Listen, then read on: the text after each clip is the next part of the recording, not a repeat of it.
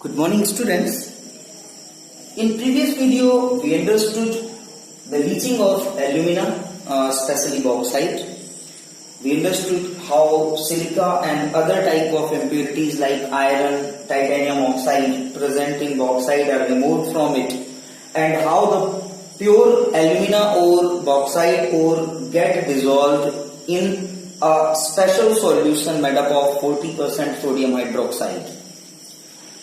Same like that बेटा जो precious metals हैं जैसे कि सिल्वर और गोल्ड, इनको भी हम लीचिंग प्रोसेस से एक्सट्रैक्ट कर सकते हैं। इनफैक्ट इस वीडियो में हमें ये भी पता चलने वाला है कि सिल्वर और गोल्ड जैसे जो नोबल मेटल है वो लीचिंग के बाद डायरेक्टली भी प्योर फॉर्म में गेन कर सकते हैं हम।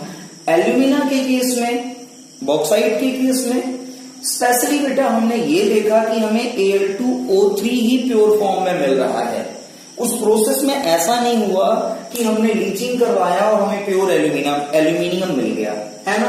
पर यहाँ बेटा since silver and gold is very unreactive metal, they are noble metals, है ना, तो ये कंबाइंड स्टेट में हमें कम मिलते हैं, इनके फ्री स्टेट में मिलने के चांसेस ज्यादा हैं। तो लीचिंग के बाद बेटा डायरेक्टली हम मेटल्स को भी ऑब्टेन कर सकते हैं और प्यूरिफिकेशन के बाद हम इन्हें प्योर भी कर सकते हैं, ठीक है। तो जो सिल्वर और गोल्ड की लीचिंग है बेटा ध्यान दीजिएगा, इसके केस में हमने जैसे बॉक्साइट की लीचिंग में सोडियम हाइड्रोक्साइड इस्तेमाल किया था 40% सॉल्यूशन, यहां पर हम ऐसा नहीं करते, हम सोडियम साइनाइड या पोटेशियम साइनाइड जैसे रिएजेंट यूज करते हैं और इनकी जो कंसेंट्रेशन होती है बेटा वो लगभग 0.5% होती है। 0.5% एक सॉल्यूशन इनका हम यूज करते हैं जब हम सिल्वर और गोल्ड की लीचिंग करते हैं। तो सिल्वर और गोल्ड की लीचिंग के टाइम पे देखो क्या होता है, मैं यहाँ पर सिल्वर एक फ्री स्टेट का मेटल ले रहा हूं क्योंकि हमें पता है ये जो सिल्वर गोल्ड जैसे मेटल होते हैं नोबल मेटल है, कंबाइंड स्टेट में ये हमें हर बार नहीं मिलते, कई बार ऐसा भी हो सकता है कि फ्री स्टेट में मिल जाए और इनसे हमें गैन पार्टिकल को रिमूव करना हो, है ना। तो मैं यहाँ पर यही इमेजिन कर रहा हूं बेटा कि जो माइन से हमें सिल्वर मिला है it is present in free state, बस इससे हमें गैन पार्टिकल्स को रिमूव करना है। और उसके लिए मैंने क्या किया बेटा, यहाँ पर साइनाइड का सॉल्यूशन लिया, सपोज दैट सोडियम साइनाइड मैंने ले लिया बेटा, है ना। ध्यान दीजिएगा जो ये सोडियम साइनाइड का हम सॉल्यूशन लेने वाले हैं वैसे ही H2O अभी भी आप रखोगे जैसे आप बॉक्साइट की प्रोसेस में किया करते थे, ठीक है। इसके अलावा बेटा एक चीज यहां और करनी होती है, वहां पर हमने कोई air stream, air current pass नहीं करवाया था। यहां बेटा हमें stream of air, continuous air pass करवाना पड़ेगा। अगर हम कंटिन्यूअस एयर पास करवाएंगे ये रिएक्शन बेटा ज्यादा फिजिबल हो जाएगी, इजिली हो जाएगी, है ना। तो चलिए देखिए इससे क्या प्रोडक्ट बनता है। जब ये रिएक्शन होती है तो सिल्वर का बेटा कॉम्प्लेक्स बनता है साइनाइड के साथ, that is AgCN hold twice, ठीक है। अब देखो सिल्वर जो है बेटा ये सिंगल प्लस स्टेट में होता है, आपने यहाँ Cn2 लगा दिया है, इसका मतलब एक एक्स्ट्रा चार्ज यहाँ पे आएगा, मैं यहाँ पर माइनस लिख रहा हूं, ठीक है, समझिएगा बात को। अब बेटा बहुत सिंपल सी बात, अगर ये नेगेटिव चार्ज है तो इसको बैलेंस करने के लिए हमें पॉजिटिव चार्ज चाहिए होगा, तो यहां से मैं इस Na को पिक करता हूं, नेगेटिव चार्ज को हटाता हूं और यहां पर मैंने लिख दिया बेटा N। क्लियर हो गई बात। एक कॉम्प्लेक्स बेटा ये कॉम्प्लेक्स कंपाउंड होता है, ये बनता है। और जो सॉल्यूशन में डिसॉल्व होता था लीचिंग प्रोसेस में, आपने देखा था कि जो मेटल होता है, मेटल का ओर होता है वो डिसॉल्व हो जाता है।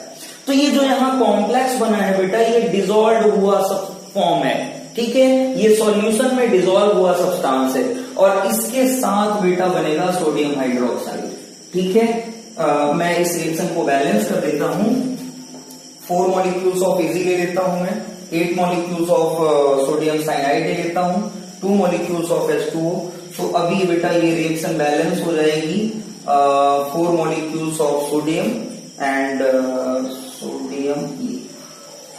तो अब बेटा ध्यान दीजिएगा, बिल्कुल आराम से इस बात को आपको समझना है। ये जो कंप्लीट रिएक्शन आप यहां पर देख रहे हो, सिल्वर आपने मेटल लिया था, सोडियम साइनाइड का आपको 0.5% सॉल्यूशन लेना है। सॉल्यूशन की वजह से बेटा मैं अलग से यहाँ H2O लिख रहा हूं, ठीक है, ये हमें कंटिन्यूअस एयर करंट पास करवानी पड़ती है, कंटिन्यूअस एयर देनी होती है, और उस वजह से बेटा हमें एक कॉम्प्लेक्स मिलता है। अब ये कॉम्प्लेक्स क्या होते हैं, वैसे तो आप चैप्टर जो 8 है डी एंड एफ ब्लॉक, इसके अलावा coordination chemistry complex, coordination complex जो होते हैं, ठीक है, वहां पर आप इनके बारे में बहुत अच्छी तरह से पढ़ोगे।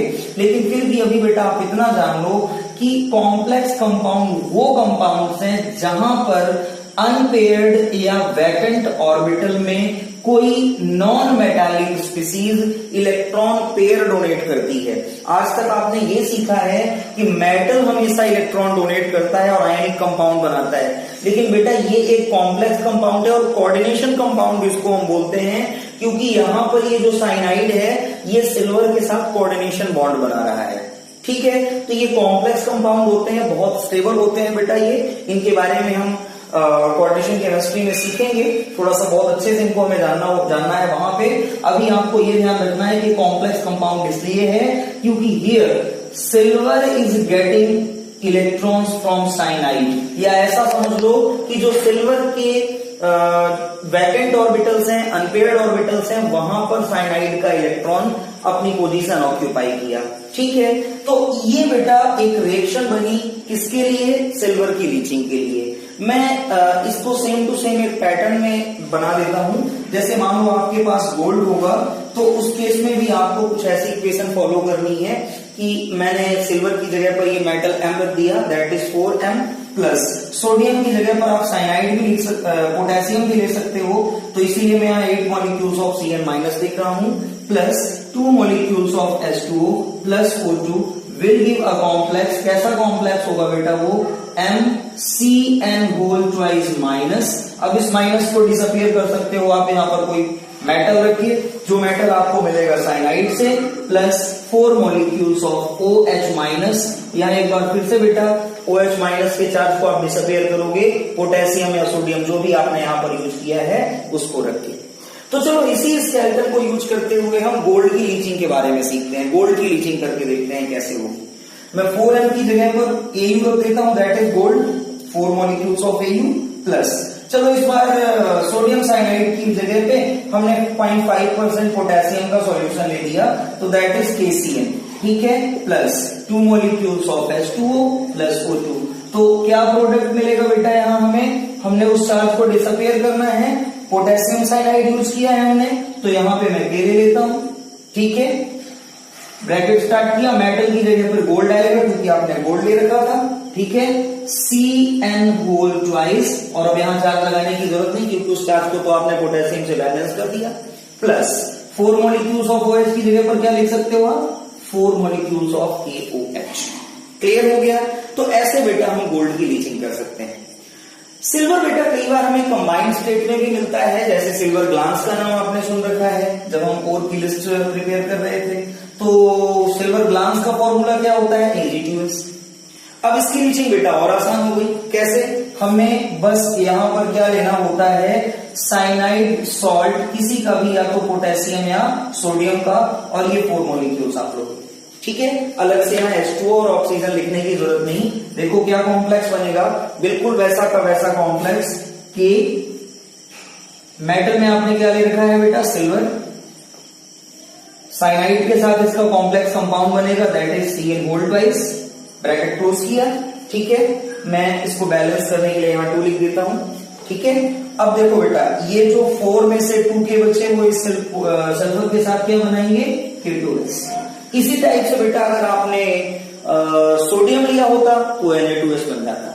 और सबसे स्पेशल चीज बेटा क्या होती है कि अगर आपने यहां पर एयर पास करवाया तो ये K2S बहुत जल्दी सोडियम सल्फेट या पोटेशियम सल्फेट में कन्वर्ट हो जाता है। ठीक है, तो इसलिए बेटा लीचिंग थी गोल्ड या सिल्वर की। यहां जो आपको कॉम्प्लेक्स मिला है ये अभी फिलहाल डिसॉल्व है, आप फिल्टर ऑफ करोगे, फिल्टर करोगे तो जो भी इम्प्योरिटीज इसके अंदर थी वो सब फिल्टर नहीं हो पाएंगी, और ये जो सॉल्यूशन हमें मिलेगा वो प्रॉपर सोडियम, प्रॉपर सिल्वर या गोल्ड जैसे नोबल मेटल का फिल्ट्रेट होगा, जिन्हें आगे हम प्यूरिफाई करके प्योर मेटल गेन कर सकते हैं। कैसे कर सकते हैं डिस्कस करते हैं, इनमें इंपॉर्टेंट पॉइंट्स का आप स्क्रीनशॉट लीजिए।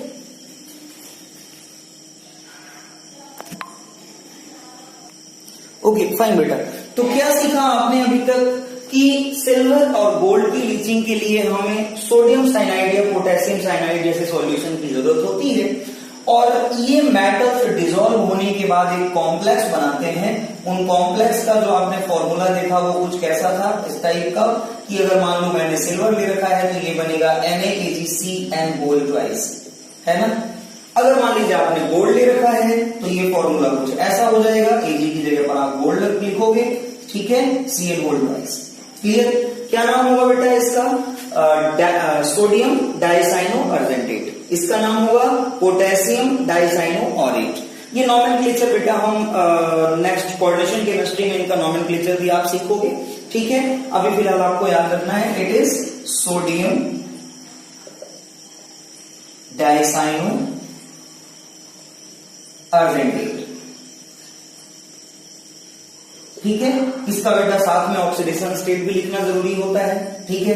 जैसे यहां पर इसका ऑक्सीडेशन स्टेट आप निकालो तो कैसे निकालोगे? सोडियम के लिए +1, सिल्वर के लिए x मान लिया आपने, सिल्वर का तो आपको फाइंड आउट करना है। Cn माइनस से आज बनाता है, डबल 2Cn है तो -2 हो गया, इट इज इक्वल टू 0, ठीक है। तो इसको आपने सॉल्व किया तो ये वैल्यू क्या आ गई? +1, यानी इसका ऑक्सीडेशन स्टेट 1 होगा, ठीक है। ऐसे ही बेटा इसका नाम क्या होगा? के लिए पोटेशियम डाइसाइनो, गोल्ड के लिए बेटा ऑरेट लिखते हैं, इनका लैटिन नेम यूज करते हैं, ऑक्सीडेशन स्टेट यहां भी बना है, ठीक है। तो चलिए अभी बेटा क्या करना है हमें, ये जो कॉम्प्लेक्स है इस कॉम्प्लेक्स से हमें सिल्वर और गोल्ड एक्सट्रैक्ट करना है। वैसे तो बेटा ये जो कॉम्प्लेक्स कंपाउंड होते हैं अपने आप में बहुत ज्यादा स्टेबल होते हैं। 11th क्लास में आपने EDTA के बारे में पढ़ा है, आपने एजिटोथाइमोडिन के बारे में पढ़ा है ना। जो EDTA होता है बेटा वो कीमोथेरेपी में, कैंसर के ट्रीटमेंट में यूज होता है। AZT एजिटोथाइमोडिन जो आपने सुना था वो ह्यूमन इम्यूनोवायरस के ट्रीटमेंट में यूज होता है। तो मीनवाइल दीज कंपाउंड्स आर बेटा वेरी मच स्टेबल, बहुत ज्यादा स्टेबल होते हैं। पर ये जो कॉम्प्लेक्स यहां आपने बनाया है ये कॉम्प्लेक्स सिल्वर और गोल्ड का है, और सिल्वर गोल्ड नोबल मेटल होते हैं, ये मेटल्स कंबाइन फॉर्म में रहना कम पसंद करते हैं, है ना। तो बहुत आसानी से बेटा इन सिल्वर और गोल्ड को हम एक्सट्रैक्ट कर सकते हैं। कैसे कर सकते हैं कि मान लो इसकी रिएक्शन मैंने जिंक जैसे रिएक्टिव मेटल से करा दिया, तो अगर बेटा हमने इसका जिंक जैसे रिएक्टिव मेटल से रिएक्शन करवाया तो बिल्कुल सिंपली बेटा देखो एक प्रोडक्ट हमें मिलेगा। क्या? सिंपल रिप्लेसमेंट आपको कराना है। आप एक काम कर सकते हैं, इसको 2 मॉलिक्यूल ले लीजिएगा क्योंकि Zn2+ का चार्ज 2 होता है। तो देखो ये क्या कंपाउंड बनेगा, सेम टू सेम वही बेटा Na, Ag की जगह पे आ जाएगा कौन? जिंक, ठीक है। Ag की जगह पे आ जाएगा बेटा जिंक, Cn होल ट्वाइस वैसा ही रहेगा, ठीक है। It is Cn whole twice only, ठीक है। और Ag जो है बेटा आपको मिल गया प्योर मेटल के फॉर्म में, ठीक है। अब देखो बेटा मैंने बोला Zn का चार्ज 2+ होता है, तो मैं यहां पर अगर Zn लिखूंगा तो ये ऑक्सीडेशन स्टेट 0 हो जाएगा, ठीक है ना।